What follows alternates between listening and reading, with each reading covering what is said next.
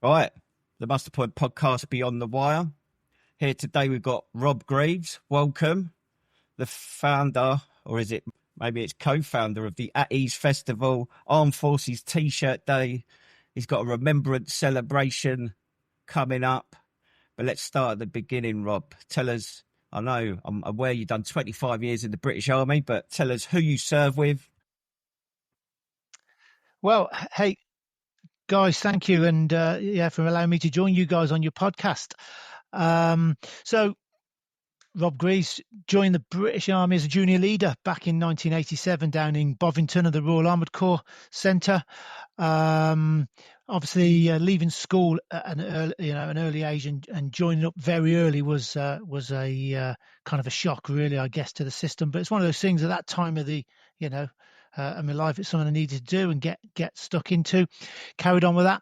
Joined the Queen's Own Hussars out in Germany as my first unit as a tank soldier. Steve, I'm sure you'll relate to that one.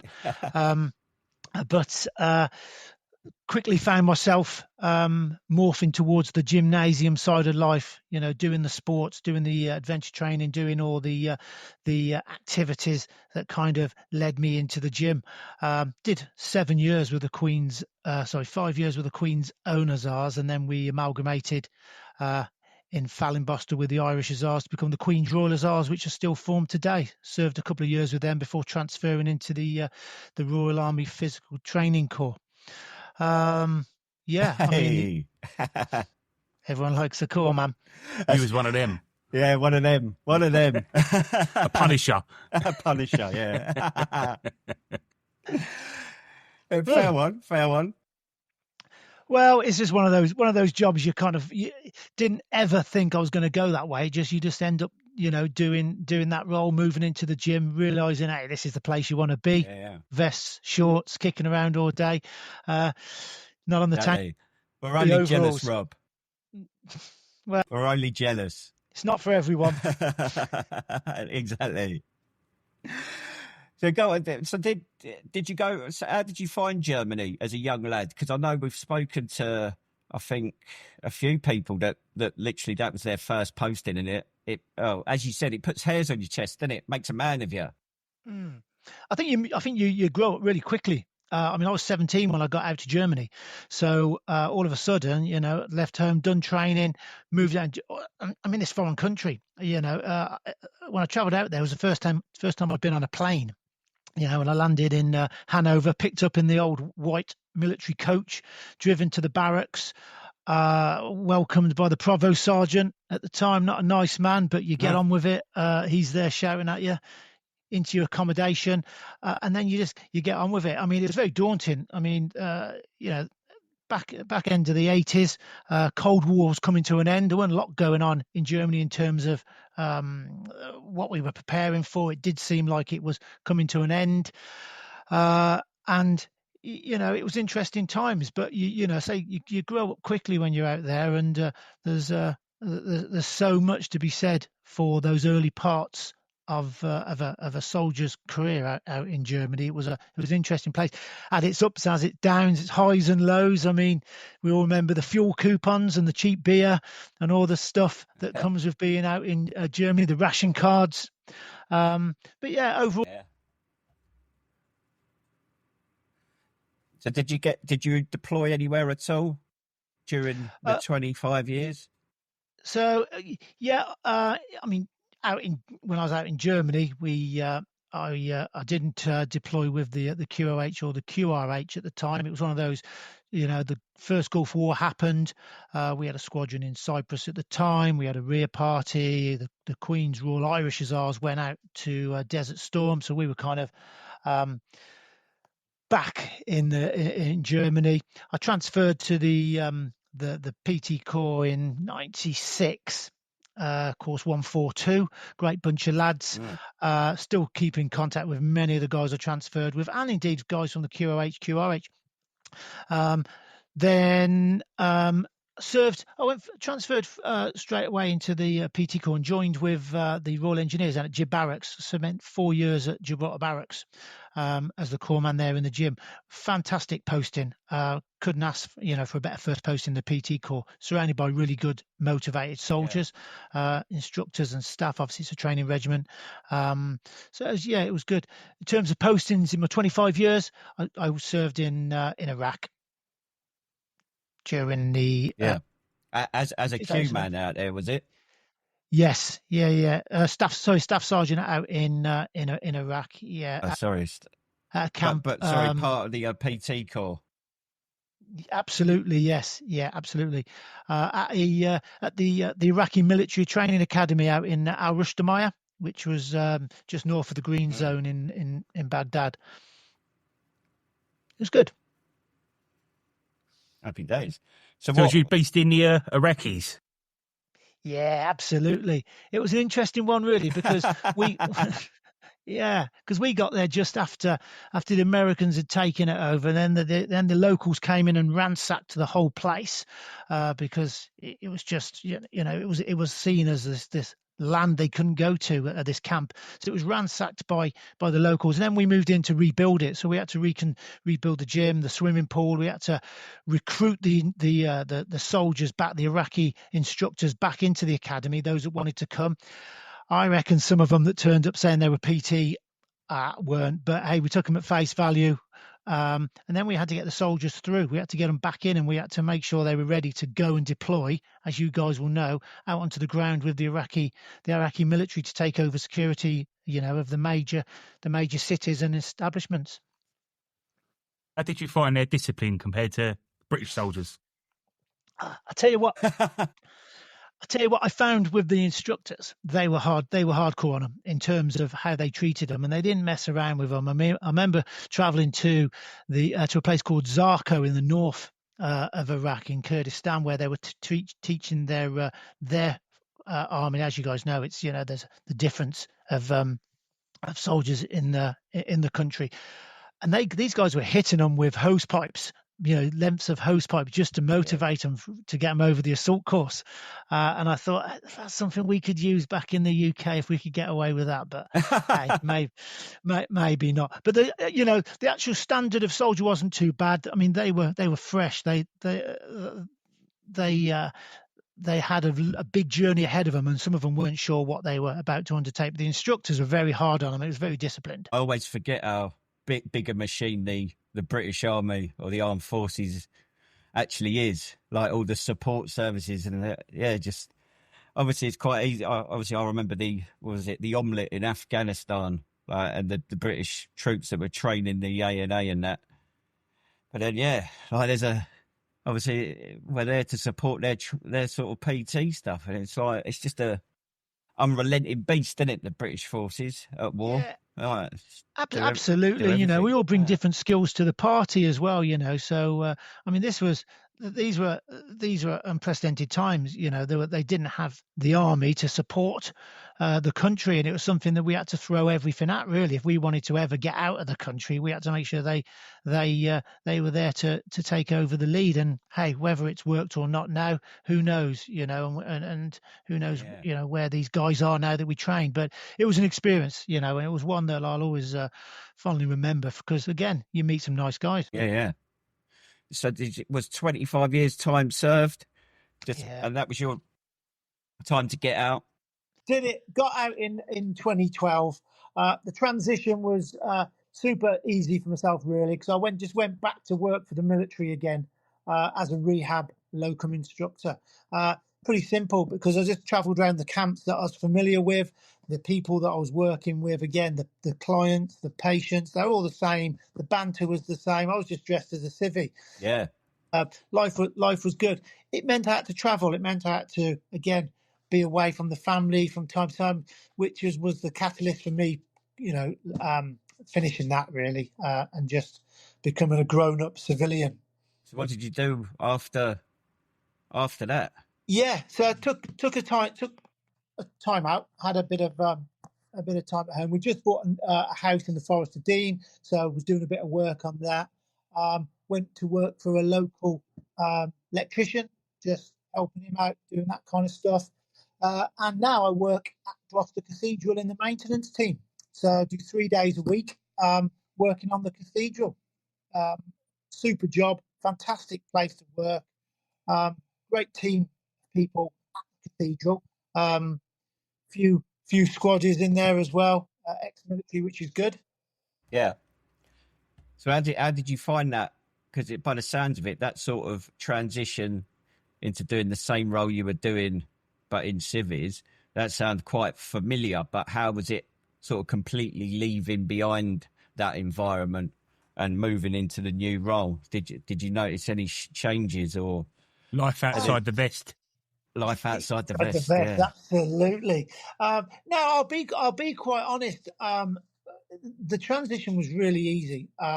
It was as simple as just taking the uniform off and putting another one on. It's going back to the familiar surroundings. I was going back onto a camp that I was really comfortable with, and my first place I went to was actually down at the RLC down at Cirencester at the admin for the loading at Blythe Norton. I forget the name of it now, but yeah. So there was a corps man there, so I had lots of banter with the corps man. The patients were the same. It was just the same kinds of injuries. So nothing was different other than the uniform. I didn't miss being in the army. I saw it as a stepping stone going forward. Maybe I'm very lucky that way. So I know some people do. So maybe I am very lucky. Obviously got family support around as well, which is always good. Some people don't have that. So the transition was really easy, to be quite honest, Stu. Happy days. Well, that's good. It's what we like to hear. It's nice to hear. I mean, by the sounds of it, obviously it was recognised that you was away from home a lot, and it was like, well, let's reevaluate and readjust and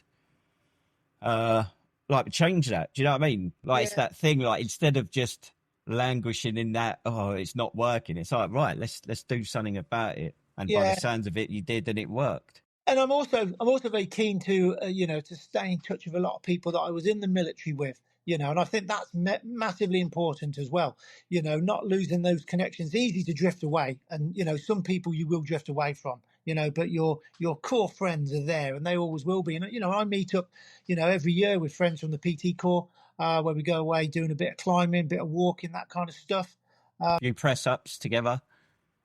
I bet there's some really white trainers going around there. No, why are we so predictable? Yeah. But also I engaged in the community as well with the local British Legion branch, and we had a good group, and we have a good group of veterans in the Forest of Dean that we meet up. We've got Royal Marines, we've got RAF, we've got Navy, we've got a load of Army guys, and we meet up, and we talk the same stuff as we did when we were in, and that's really helpful as well. But you have to go and find that, and you have to work at that. Life's different. You can't just go into a bar like the NAFI and expect to be the same people there. So you do have to work at it. And I'm keen that I continue to do that through the things that I'm doing with Armed Forces T-shirt Day, because it's about people, and that's important. So you mentioned obviously one of the organisations you set up, Armed Forces T-shirt Day. So what led you to it? Yeah, that's a weird one. It's one of those things. It just fell in my lap, really. I was, as you do, I was cleaning out my locker. Still call it a locker. It's not a wardrobe. It's a locker. I was cleaning out my locker, and I just came across all my old T-shirts. And as you guys will have plenty as well, you've got squadron, regimental T-shirts, tour T-shirts, all that kind of stuff. And I just didn't know what I was going to do with them. And and I said to myself, am I going to wear these T-shirts again? And it was then, why aren't I wearing them? Why aren't I, putting this T-shirt on and showing people who I was and what I was? So I run the idea past a few friends, saying, hey, what do you reckon? I've got this idea. It might go nowhere, but we'll see. And they went, go for it. So we set up a Facebook page, website, that kind of stuff, Armed Forces T-shirt Day. We chose the date, 1st of September, because it's in between Armed Forces Day in June and Remembrance in November. So a bit of a gap filler, a bit of a bridge in the middle there. And the idea is really simple, that we try and encourage as many people as possible, veterans, families of veterans, anyone wanting to support the armed forces community, to get a T-shirt on, get their squadron T-shirt on for that one day and be proud of what they were and who they are. Yeah. And so when was this set up? When did you start this? So we're in our 4th year now with it.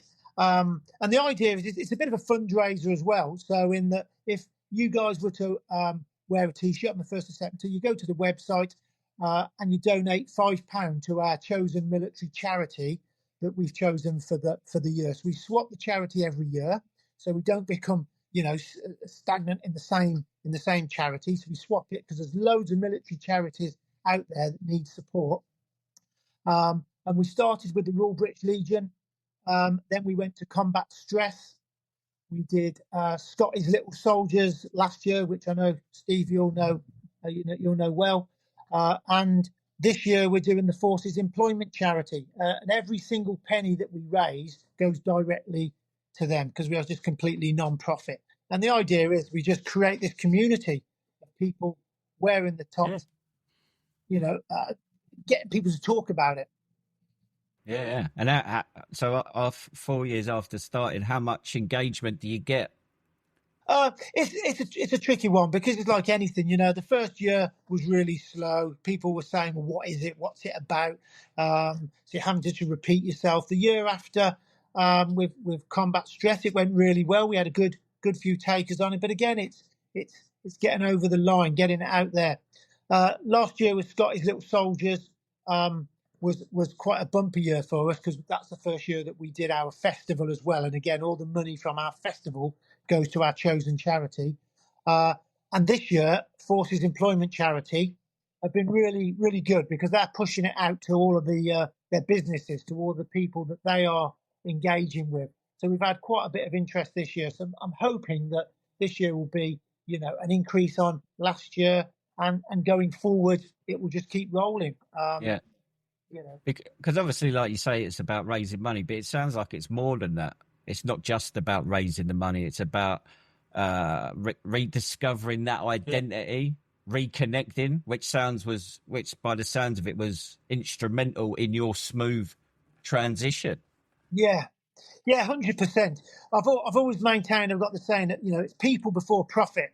As soon as you get that the wrong way round, you're kind of losing what you're about. So we're about people. We're about people wearing their T-shirt, posting a photo, should they wish, on social media, hashtagging us, Bear Arms for Charity, which is our tagline, and just saying to people, this is what I did. Wearing it to work is another thing we're getting into now, is getting employers to recognise that they have veterans in their workforce, and saying to them, wear your T-shirt. I don't care what job you do, but I want to let you wear your T-shirt.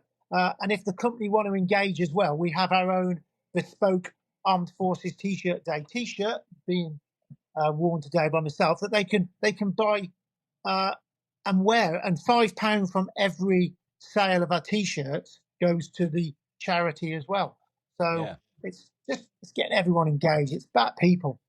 So do you have individual squadrons and regiments on the website of T-shirts?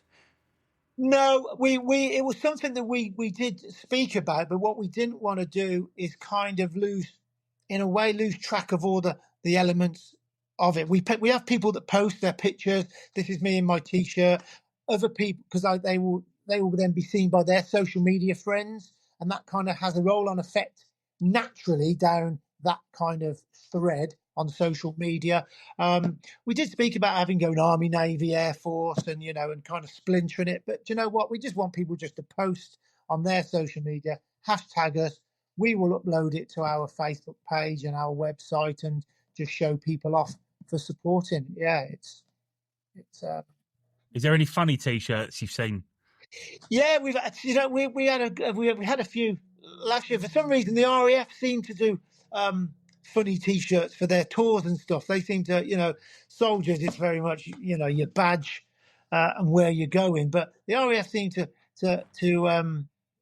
mess around a little bit, throw a few dips on there as well. I saw one about someone that worked on the helicopters, and it was I'm the biggest chopper or something along those lines. I forget what, but it's good that people are posting that and are happy to wear it. Yeah. Have you seen the? I'm sorry. Go on, Steve. Have you seen the Green Jackets Basra Palace T-shirt that they had? It's got Basra Palace on the chest in the style of Carlsberg, and then on the back of it, it's got probably the worst palace in the world. I've got one, but it won't fit me no more. Hey, get it on, Steve. Get it on. It could be like a little crop top, Steve. Yeah, boob tube. So how can people get involved in Armed Forces T-shirt Day? So it's the 1st of September. Yeah, it's as simple as going to the website, clicking on the T-shirt tab on it, because there's other information on there as well, and you can then choose to wear your own T-shirt, donate the £5, and just it's as simple as that. But wearing what we're trying to do is, we're not a T-shirt company, so we're not looking to sell T-shirts per se. But if people want to get involved and want to buy a T-shirt, then we have them available through a UK-based T-shirt provider. But the idea is that you, Steve, everyone wears their own T-shirt because that's personal to them. Yeah. And that you might, a relative might want to remember someone that's no longer with us, so they will wear a T-shirt. And the donation, some people don't donate all the time. I get that, because we see the amount of people that have worn T-shirts to the money. That's not a problem. They've put themselves out there. They've posted a picture and they've said, this is me. And that's the most important part about it. But going to the website, all the information's on there, on the Armed Forces T-shirt Day website, where they can get involved with the numerous things that we're doing. Yeah. So is it just you in the team? Because I'm thinking this sort of campaign, and what Steve and I have been learning, that social media is key to everything nowadays, and it's about generating that interest. So are you responsible for everything, or do you have a team around you in that regards? I couldn't do it. I think you've gathered my skills when it comes to IT. No, we've got a team of volunteers that have put themselves forward to help out. So got a lady up in Worcester that helps with the social media, Sarah. She helps with the social media stuff. She's into that kind of stuff. And it's it takes a special person to be able to keep generating that kind of social media presence. My wife is the fact checker for me. She will tell me what I can't put out more than what I can put out, because we get carried away. We don't have a fact checker, do we, Steve? We just go, fuck it. Just wait for the feedback. Yeah, wait for the feedback. Yeah, that's a good way of doing it. But no, she likes to say, well, yeah, you can't do that. I've got a guy, Steve, who does all the graphics and stuff for us. Again, getting the image out there, getting the brand out there is important. And I'd be doing stickmen. That's my level, and trying to put that out there, it wouldn't work. So I've got a graphics guy that does it, really good, really appreciative of him and the team behind us. And I've got an RAF guy for his sins that helps out. So have we. Yeah. He's gone missing again. Yeah, well, he does that as well. But he helps out with just getting involved, say, with the festival, pushing it. He's quite a bit of a social media kind of guy, so he likes to push it out there. So, that's just in a nutshell. Yeah. That gets involved has got a guy who sponsors us, a guy from Nordic Alpine Adventures. So he runs. He's ex-military, ex-PT Corps, and he's got his own adventure training business, mainly skiing, but does other stuff down in Germany and Bavaria. So he sponsors us with little bits that we need as well, and he's been fantastic, because if we need flags, if we need stands, if we need, he's always come up trumps with that. So it's just that little bit of help. Happy days. What's the future? What's the vision for Armed Forces T-shirt Day? Where would you like it to go, apart from to be a national event, bank holiday, fucking everyone putting one on? But that would be fantastic. If walking down the street, I saw someone wearing a T-shirt on the 1st of September, and I just tapped him on the shoulder and said, "Oh, nice one. It's might be a para Reg or whatever. Nice one, Reg. Why are you wearing that?" And he'd say, "It's Armed Forces T-shirt Day." That would be really nice. I'd like it to be a national event, and I don't see why it couldn't. Going forward, Armed Forces T-shirt day. I like organising stuff, so little things throughout the year. But ultimately, if it became a national event, would be fantastic. Because this is the thing, and it's come up in other interviews that we're getting further and further away from the likes of Afghan and Iraq, and where it was front page news every day of another soldier passing. And there seems to be, I'm not saying that the public or media is disinterested in the armed forces. I don't think that's true at all. But I think it sort of interest wanes a bit, like when it's not in your face all the time. And it'd be good to get the media back on board and get some engagement. Yeah, 100%. I mean, it only takes that little switch for it to go to the next level, and we haven't got that yet. And I'm sure I will at some point be able to move it up a level. But do you know what? I think you're absolutely right. Nowadays, the focus has moved elsewhere. I mean, it's clearly shifted to politics and what's happening, around the world with politicians. Obviously, the war in Ukraine, the war in Gaza, that kind of stuff, which is, awful. And we're not involved, directly, thankfully. But you're right, the media attention, the public's attention has moved away. And I think we're seeing that as well on the ground when it comes to things. I think when you have days like Armed Forces Day, for example, is it being supported as much as it was a few years ago? I don't know. I don't see the numbers there. I'll be quite honest, but that might be just from where I live. I don't know. It's there seems to be a variation depending on where you are in the country. 100%. I think also you mentioned earlier on about getting it into businesses to allow to show their support for maybe reservists they have in their company. And obviously I've done a lot of research and reading around the Armed Forces Covenant, and these sort of big companies and, well, any organisation can voluntarily sign up, and part of their pledge can be to promote the armed forces and reservists. And I think considering a lot of them are happy to jump on the PR bandwagon and have their pictures with minor rules saying, oh, look what we do. But then when the reality kicks in, they do fuck all. I think it would be an easy way for them to get behind it. I honestly do. If you get their employees to wear their T-shirt and they pay the $5, the employer pays the $5 for get involved that way.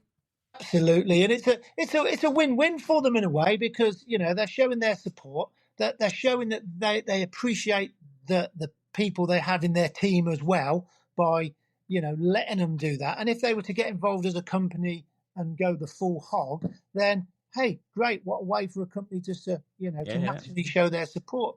Have you engaged with any companies over it at all? I was wondering, and if you've had any feedback from them.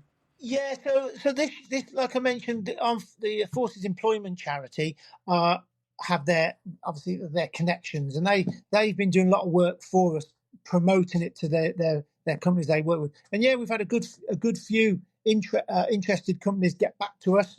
Yeah, asking for so we've got some posters, PDF online posters that we send to them, QR codes on how they can get involved. It's only a case of scanning straight, it's easy on a smartphone. So all that material's out there, and there are some companies, BT. We've had emails from BT interested. So that's a big veteran employer. Yeah. But this is the first year I think that we've really tried to engage with the companies. To start with, I thought if we could hit the veteran community and get them, it might just naturally trickle into the businesses. Probably a little bit naive of me to think that straight away, but this year we're going to see how it goes, and it's safe just getting that one switch that will move it to the next level. Yeah, happy days. So this At Ease Festival, where did this idea come from? Oh, just got to keep moving, and you got to keep moving forward, doing stuff. Yeah. And again, like I alluded to what I said earlier, people before profit.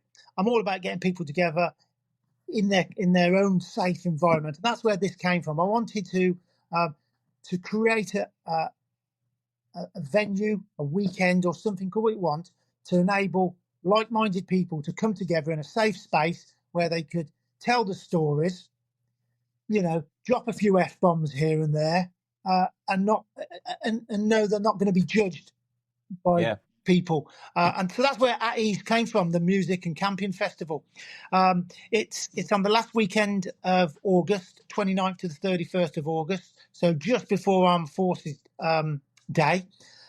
Our USP is it's veterans for veterans and their families, and anyone wanting to support the armed forces community. I mean, it's not just about squaddies getting together and having a piss up.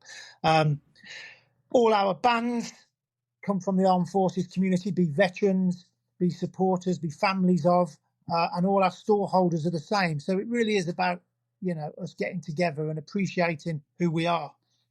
Yeah. So, and is it the same team that you work with on Armed Forces T-shirt Day behind the festival?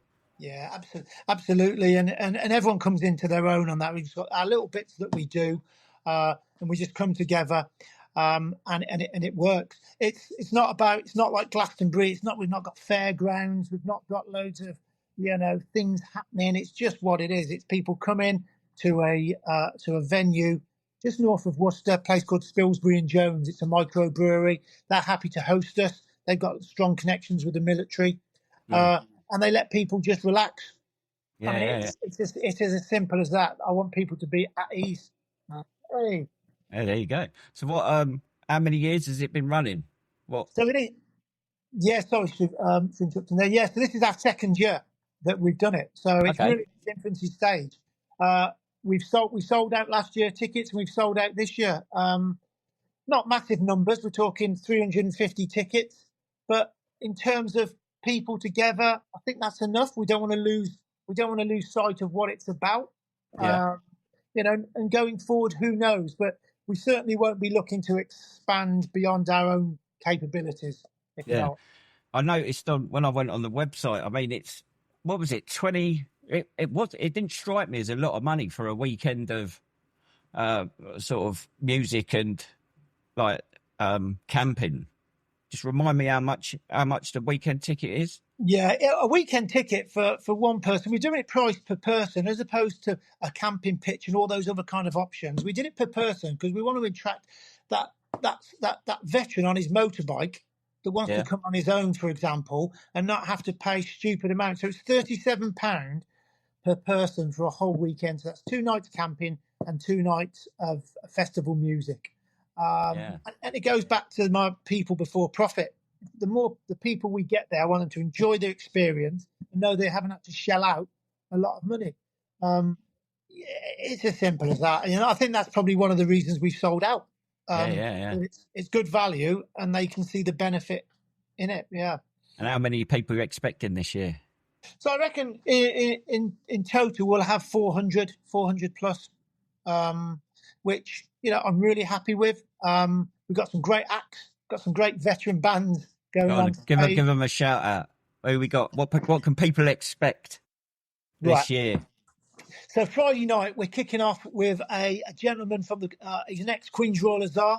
His name's Stefan Daniel, and he's doing your classic country type music. So he's on his own. He's got his guitar. He's got his hat, and he's going to be kicking off with that. Great solo artist. We then got a couple from Plymouth. One was X-59 Commando. One was a Royal Naval man. That's where we go with that. And they're called Mods Unplugged, and they are your classic mods. Okay, nice. So really throwing it out there.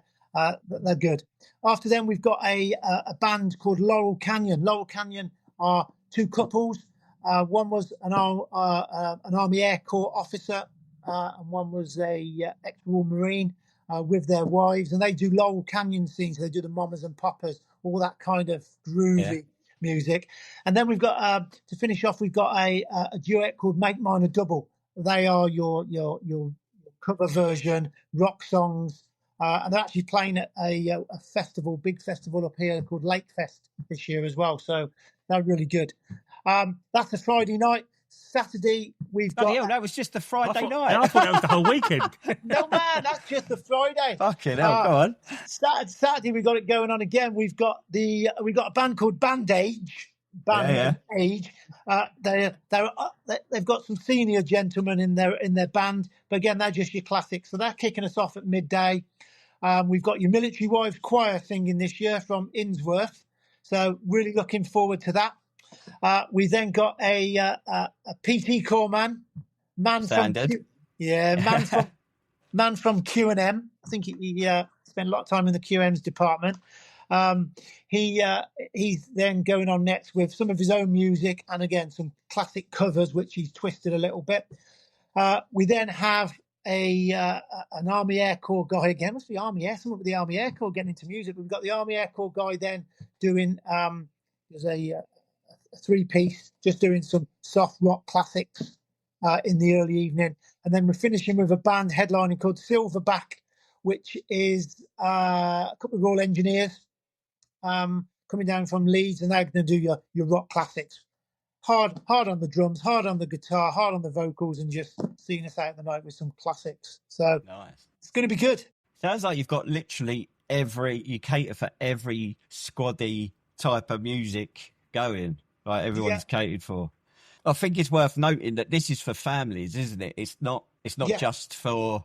I also recognise the fact that everyone in the military has a family behind them, and it's without that support that we are unable. We're able to do our jobs properly and effectively, knowing that we've got that support behind. And it's tough on the families, as you know. So it is the families. It's families just as much as any of the veterans and anyone that's wanting to support the armed forces community. I mean, it really is about getting people together that have got the right mindset to come and enjoy it.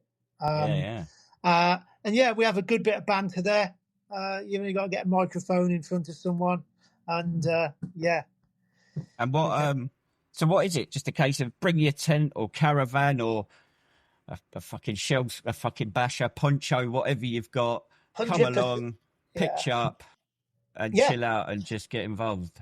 Get there. The actual venue is set within the orchards of the brewery, so you've got all the hops and the fruits all around you. So you're actually in part of that. Setting is really nice. They've got a fishing lake. It's next to the river Team, so you can get in the river. You can fish in the lake, but it's pretty much anything you want. The ground is suitable for motorhomes, caravans, camper vans, your bog standard tent or whatever. If people want to go under Basher, they can go under Basher as well. It's no problem at all. Yeah. And I take it, well, you're in a brewery, so there must be a bar there for those that drink. Steve, you'll be all right, won't you? Oh, yes. Yeah. The brewery is fantastic as well, just because it's all done in-house. So where the bar is, you can actually see where the actual ale is being made. And they do a variety from your lagers to your ciders, the whole spectrum as well. It's called Spilsbury and Jones. And they're pretty good at what they do, and I thank them for letting us have the venue because they appreciate what we're doing. Yeah, so it's there's food available there. They've got. I was just going to say, what about the scoff? Or do people have to bring their own rations? Yeah, you know what? I might get them to do that this year. Let's see what turns up. Now there's an on-site food hall, chow hall as well there for guys to order what they want, and it's all cooked to order. So. Like I say, there's no rush. You order your food, you'll get it 10, 15, 20 minutes later. It's all about chilling and getting on with the weekend. Yeah, so, I mean, you're sold out this year, but if people want to have a look at, I take it you got a Facebook page, didn't you? How do they find your Facebook page? So, the Facebook page, Armed Forces T-shirt Day. If they go on there, they'll see everything we're doing as Armed Forces T-shirt Day. The festival's got its own Facebook page called At Ease Festival. Yeah. Can't miss it. It's a picture of a guy standing at ease in the picture.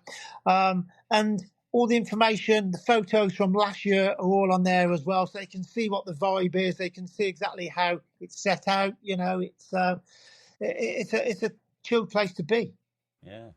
And going back to that faithful question of where do you want it to go? I'll be honest with this one. I think where we are at the moment, and in fact how fast we sold the tickets this year which was really quick. The venue, we were limited by our venue on this one. I would certainly like to continue to get veteran bands involved. Again, we had a lot of interest from the veteran community for bands this year again. So I'd like to just keep that momentum going with them, encouraging more veteran stalls, that kind of stuff, although we are limited by the venue. So that's where the numbers come to. Probably we wouldn't do much more than what we've got this year. We might go to 450. What I don't want to do is spread ourselves thin and make it something, like I said, that it's not. I think our USP is what we are now. And it's a fundraiser. Again, all the profits are going to our chosen military charity, the Forces Employment Charity. So, last year we made $7,000 for Scottish Little Soldiers. If we can make 10 this year, perfect. That's brilliant. That's brilliant. It's there. Have you got anything, Steve? No, I just think it's amazing. It really is. Yeah, looking forward to it. I really like that. I can sense with you that having that. It comes down to that connection again, doesn't it? Keeping in contact, not isolating yourself. And it sounds like you put that into practice in your transition, and it's worked well. And that's what this is about. I mean, let's all get together and celebrate that we were in the British Forces by wearing a T-shirt, and let's get together and listen to some music, because who don't fucking like music?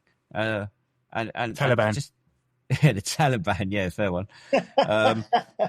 Yeah. Well, there's no Taliban going, is there? Fucking that'd be a bit fucking hearts and minds to a new level. But do you know what I mean? It's just it is that connection, isn't it? Which we all go on about. Yeah. You've got breakfast clubs, football clubs. You've got PTIs who go climbing and press ups together. It's just another excuse to get together and have a laugh. Yeah. And it comes back. It comes back. Yeah, it comes back to that. People, we are people. That's how, as human beings, we need connection with people. If we isolate ourselves, then it's a spiral. Let's get together. Let's start talking about each other. You know what I mean? We only have to see in the news and recent news about, soldiers taking their own life. It's heartbreaking when you hear it. And I think we just got to keep plodding. And if we all do a little bit, like what you're doing, being able to put this out there, you're a platform to be able to spread the good news of what people are doing. If everyone does their little bit, it works. Well, that comes back to the other thing which gets brought up, that in the forces we were taught teamwork, to be part of a cog, to be or the sum of the parts are greater than the whole thing, or whatever the saying is. And in post-service life, that seems to have been forgotten. A lot of the time, and it's about bringing that back and working together for the greater good, as it were, for the benefit of each other. It is very easy to slip away and just lose touch, lose. Social media is a double-edged sword, of course. You have to work at it. Even on social media, you've got to work at keeping the connections, keeping those friendships going, because it's easy just to drift away, because we've all got hundreds of Facebook friends. Some of them probably aren't, as friendly as some of us, but you have to work at what you've got in your own little segment of it. So let's do it. Let's get to the festival. Yeah. So the festival, Ease Festival. So it's the last weekend of August. Yeah. Down in, remind me of the brewery. So it's Spilsbury and Jones. It's just north of Worcester on the River Team. It's a nice remote location. Yeah, we couldn't ask for a better location, but it's got everything going for it. Thirdly, if you haven't got a ticket for this year's one, you've missed out.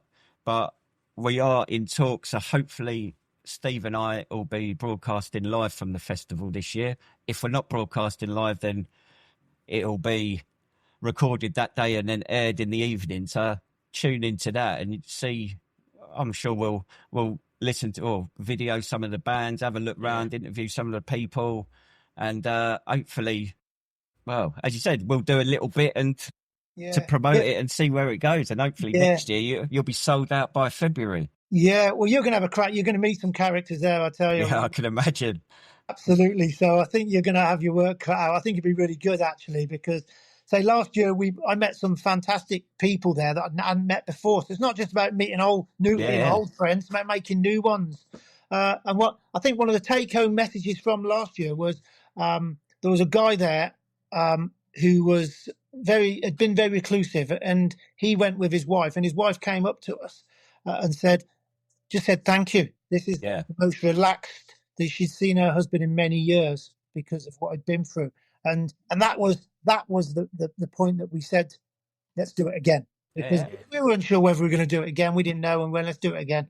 It's got that. That's just that one comment was enough. So and that's the thing, is that sometimes doesn't have to be grand gestures or bloody massive amounts of therapy. Just that little bit of connection can make a massive difference to people's lives. Yeah, and we had 2 Royal Marines that met that both served in the Falklands. Didn't know each other, came together, saw the T-shirts. They're both wearing T-shirts and went, all right, Royal. Got chatting, boom, both served in the Falklands. Yeah, it's a win-win, I think. All right. All I can say is it's been great talking to you, and just another reminder of that connection matters, and for people to get involved. And as always, I'll put the links to Armed Forces T-shirt Day and the At Ease Festival in the comments, and when I share it on Facebook. And nice one. And hopefully, I really hope that we can do it live. But if we can't, we'll definitely there'll be something we can do. So no, we'll make it work. That's what we do. We'll make it work. Why not? It's exactly. All right. Anything else, Steve? Nah, can't wait. Anything from you, Rob? No, I just want to say thank you for giving me the opportunity just to put it out there. Thanks for coming. You guys doing a great thing. I love watching your podcasts, and it's because it's real. What you're doing is real, and you're not shying away from any taboos, any things that that's what it's about. Exactly. That little bit of connection. Yeah. So thank you very much. Take care, and hopefully we'll see. Well, we will see you at the end of August, and hopefully these listeners will be listening live. Absolutely. Oh, remember PT? Oh, so I forgot to mention PT is 6:00 every morning. I've got a biff chit. Yeah, laminated. Is it fab? Is it Fablond? Oh yes. Yeah, just a whole lot. A3. Quality guys. Thank you so much indeed. See you later. Catch you later. Bye.